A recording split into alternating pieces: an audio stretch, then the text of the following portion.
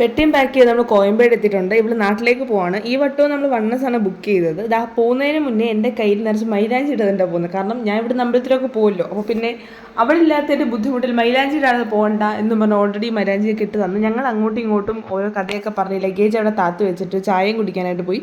കാരണം നമ്മൾ ഈ വട്ടം കുറച്ച് നേരത്തെയാണ് കോയമ്പേട് വന്നത്. എനിക്ക് ആക്ച്വലി ഇവിടെ നാട്ടിൽ പോകുന്നതിനെക്കാട്ടും വിഷമം ഇവർ ഈ ബസ്സിൽ നമുക്ക് സ്നാക്സ് തരുമല്ലോ, അതിനകത്തൊരു കപ്പ് കേക്ക് ഉണ്ട്, അതെനിക്ക് ഭയങ്കര ഇഷ്ടമാണ്.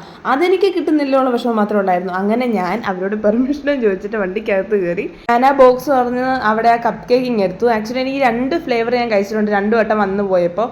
ആ 2 ഫ്ലേവർ എനിക്കിഷ്ടം. ഞാൻ എൻ്റെ കമ്പനി ഏതാണെന്ന് ശ്രദ്ധിച്ചിട്ടുമില്ല, എന്നെ അത് വെളിയിൽ നിന്ന് മേടിച്ചാൽ മതിയായിരുന്നു. പക്ഷേ ആക്ച്വലി ഇത് വെളിയിൽ നിന്ന് മേടിക്കുമ്പോൾ ആ ഒരു ടേസ്റ്റ് ആ ഒരു സുഖവും കിട്ടത്തില്ല. നമ്മൾ ബസ് ബുക്ക് ചെയ്ത് അവർ തന്നെ ഒരു ബോക്സിനകത്താക്കി ഇതിനകത്ത് ഏത് ഫ്ലേവറാണെന്ന് അറിയത്തില്ല. അങ്ങനെയൊക്കെ തുറന്ന് കഴിക്കുമ്പം അതിനൊരു പ്രത്യേക സ്വാദായിരിക്കും. സാധാരണയായിട്ട് ഈ കപ്പ് കേക്ക് പിന്നെ പീനട്സ് അതുപോലെ തന്നെ ബിസ്ക്കറ്റ് ഈ 3 സാധനമായിരുന്നു കിട്ടുന്നത്. പക്ഷേ ഇവിടെ നമുക്ക് പീനട്സ് കിട്ടിയില്ല, ബിസ്ക്കറ്റും കപ്പ് കേക്കും ഉണ്ടായിരുന്നു. പക്ഷെ അത് പറയാനും വിട്ടുപോയായിരുന്നു, അവരോട് കംപ്ലൈൻറ്റ് ചെയ്തിട്ട് വരായിരുന്നു. വണ്ടി കൃത്യം 7 മണിയായപ്പോൾ എടുത്തു. ഞാൻ അവർക്ക് ടാറ്റ ബൈ ബൈയും പറഞ്ഞ് ഞാൻ വീട്ടിലേക്ക് പോകുന്നു.